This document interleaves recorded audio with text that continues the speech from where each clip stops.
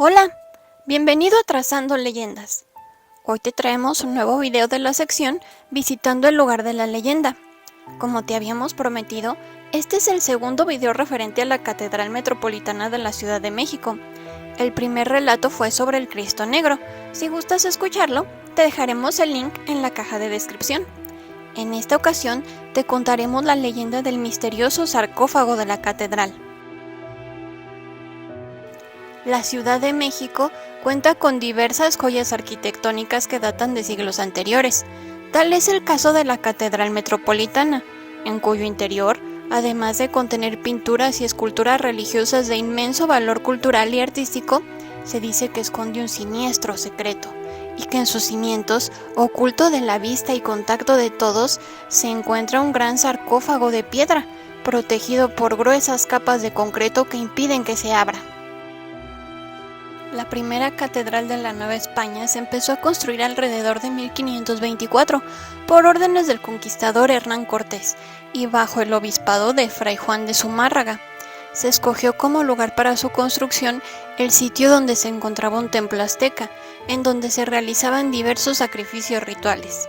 Esto se hizo con el fin de demostrar una total dominación por parte de los españoles, aunque cuando se terminó era una iglesia relativamente pequeña y sencilla. Conforme la colonia creció y los indígenas conversos se multiplicaban, nació la necesidad de ampliarla, derribando la edificada por el conquistador. Así fue como se inició la construcción de la Gran Catedral Metropolitana en 1573. Durante su construcción, los frailes franciscanos vivieron ahí en habitaciones improvisadas, techadas solamente con tejas. En 1629, las obras estaban pasando por varios obstáculos y dificultades que impedían continuar su construcción. Uno de esos impedimentos fue una terrible lluvia que provocó que la catedral y la sacristía, que estaban en restauración, fueran inundadas, provocando la histeria y nerviosismo entre los clérigos, pues varios de sus objetos quedaron dispersos entre el agua enlodada. Mientras realizaban la búsqueda de sus pertenencias, los frailes Tomás de Salazar y Miguel de Aviña distinguieron entre la poca luz que daban sus velas un sarcófago que sobresalía de una de las paredes de la catedral. Era una enorme caja de piedra y al revisarlo no encontraron inscripción alguna. Inmediatamente avisaron al padre superior de este hallazgo, quien al no saber qué hacer con ese sarcófago, consideró que lo mejor era moverlo a otro lugar con mayor altura y esperar a que el nivel del agua bajara para examinarlo mejor. Al pasar los días, las aguas bajaron y el padre superior pidió a los frailes Tomás y Miguel que limpiaran el sarcófago para así poder averiguar el nombre del difunto que se encontraba dentro y, si era posible, la fecha en que había muerto. Los esfuerzos de los frailes fueron en vano, ya que cuando finalmente estuvo limpio el sarcófago no encontraron ningún dato o inscripción.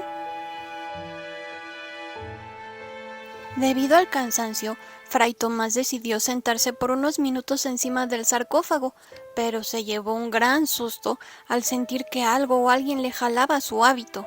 Su compañero Fray Miguel le preguntó si algo le ocurría, pues fue evidente su cara pálida al reincorporarse de un salto, además de que notó que la parte baja de su hábito estaba rota.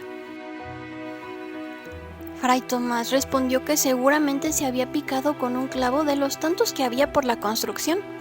No quería alarmar a su compañero, con lo que él pensaba eran alucinaciones debido al cansancio. Decidieron dejar el sarcófago en el lugar donde estaba, hasta que pudieran hablar con las autoridades eclesiásticas y el señor virrey. El sarcófago permaneció en el interior de la catedral en construcción, y una noche, Fermín de Huesca, joven organista, entró a la catedral para afinar el órgano. De pronto vio el sarcófago y se detuvo ante él. Lleno de curiosidad lo inspeccionó y vio que no tenía nombre alguno, pero descubrió que tenía una hendidura en una esquina.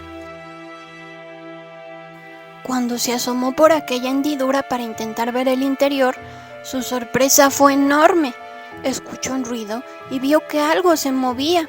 Se retiró asustado, pensando que posiblemente se trataba de una rata, El silencio de la iglesia y la soledad en la que se encontraba hacían más siniestro aquel sarcófago. Pensó seguir con su trabajo en el órgano, pero su curiosidad pudo más que su miedo, y nuevamente se acercó e introdujo por la hendidura un papel que envolvía a manera de rollo para facilitar su entrada por el agujero. Creía que el roedor mordería el papel, pero de repente sintió un fuerte tirón, como si alguien lo hubiese jalado desde el interior. Entonces sacó el papel y se sorprendió al ver que no tenía mordeduras, sino que sus bordes estaban renegridos y cortados.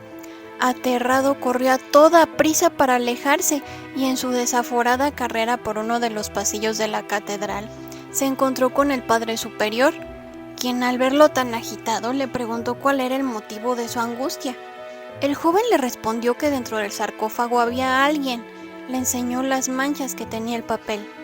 El superior le dijo que seguramente eran figuraciones suyas, pero el joven organista, temblando de miedo, le dijo que no volvería a acercarse al sarcófago e insistió diciéndole que dentro había algo vivo, y aterrado se fue a toda prisa. El Padre Superior quedó sorprendido y, un poco fastidiado del asunto del sarcófago, decidió dar un vistazo. Alumbrado por un cirio, se acercó sin ningún temor al sarcófago y miró que la hendidura era muy pequeña, pero que cabía la posibilidad de que a través de ella se hubiera introducido algún roedor. Pegó el ojo en el agujero a la vez que intentó alumbrarse con la luz del cirio, y después de ver el interior, se alejó aterrorizado y gritó llamando a Dios. Comenzó a rezar, y retrocediendo poco a poco se alejó. Al día siguiente, las obras de construcción de la catedral se paralizaron, y el padre decidió acudir al Santo Oficio. El señor oidor le pidió que explicara lo que había creído haber visto dentro del sarcófago, pero no pudo describirlo con claridad. Lo único que pudo decir es que era algo espantoso, lo más horrendo que hubiera visto. Tampoco sabía si se trataba de un hombre o de un animal. Quizás eran ambas cosas, o tal vez se trataba de un espíritu maligno que había sido encerrado ahí. Entonces solicitó al Santo Oficio su intervención para poder sacar del sarcófago la cosa espantosa que ahí se encontraba. El Santo Tribunal ordenó que nadie entrara a la catedral y que esa noche ellos mismos realizarían un exorcismo.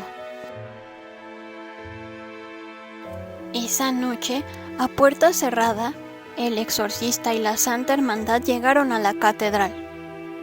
Reunidos había 4 frailes dominicos de la Inquisición, un par de frailes franciscanos y 2 albañiles que estaban trabajando en la construcción de la catedral.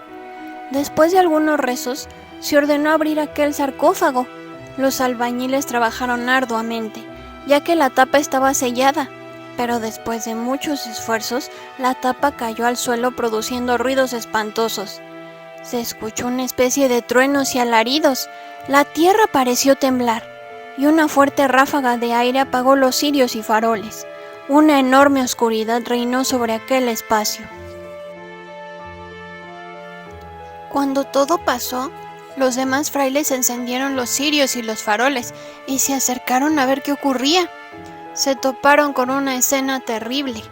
Los dominicos, al igual que los albañiles y los 2 franciscanos, estaban muertos.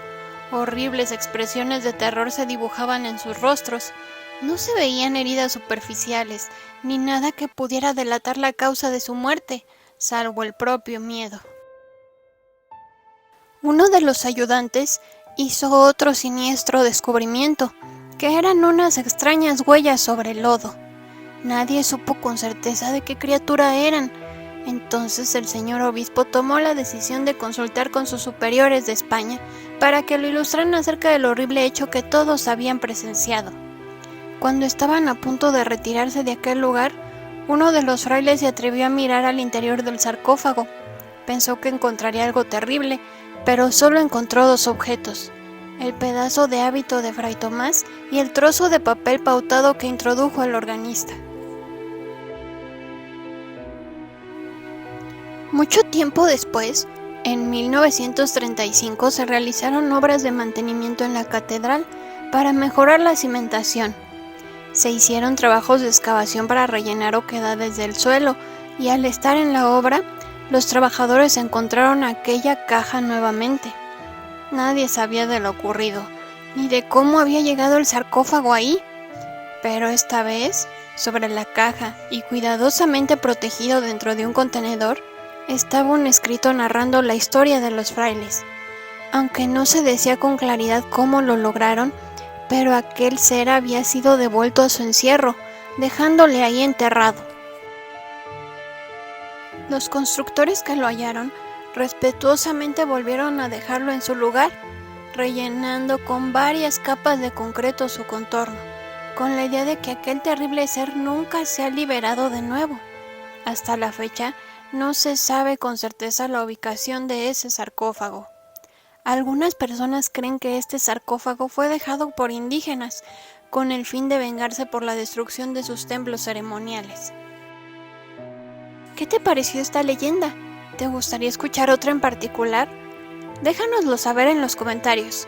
Muchas gracias como siempre por tu like y suscripción. Esto nos ayuda a seguir subiendo historias en el canal. Somos Trazando Leyendas. ¡Hasta luego!